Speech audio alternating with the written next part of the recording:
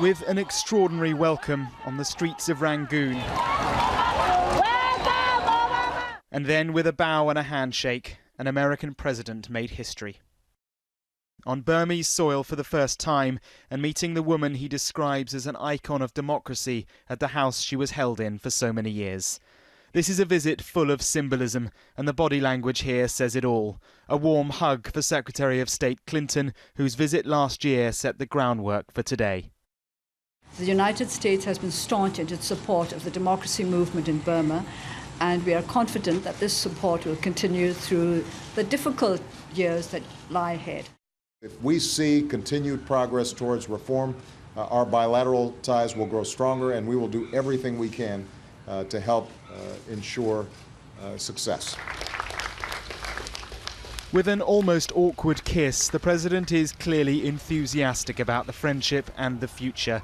The trickier but more important meeting came earlier with the man who brought this country in from the cold, former soldier, now president. Thein Sein usually meets his counterparts in the Burmese capital. Today he travelled to Rangoon to meet Mr. Obama, more symbolism of a growing relationship.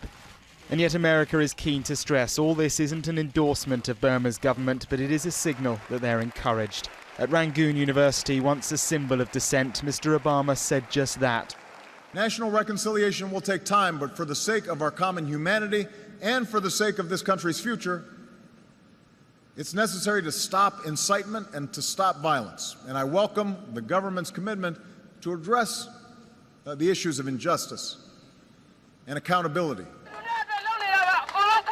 This was Burma just 5 years ago, the Saffron Revolution, started by the monks and stopped by the military dictators with this. But eventually their voice was heard, and then the remarkable happened. In November 2010, Aung San Suu Kyi was released. With her supporters, she campaigned across the country. The reforms that came alongside all this have transformed prospects here. Economic sanctions have been lifted. The potential for growth and development is staggering. China's influence is already here. It is building modern Burma. And that leads the US president to his next stop, a Southeast Asian summit in Cambodia, because the broader story here is China's dominance in the region and America's pivot to counter it. Mark Stone, Sky News in Beijing.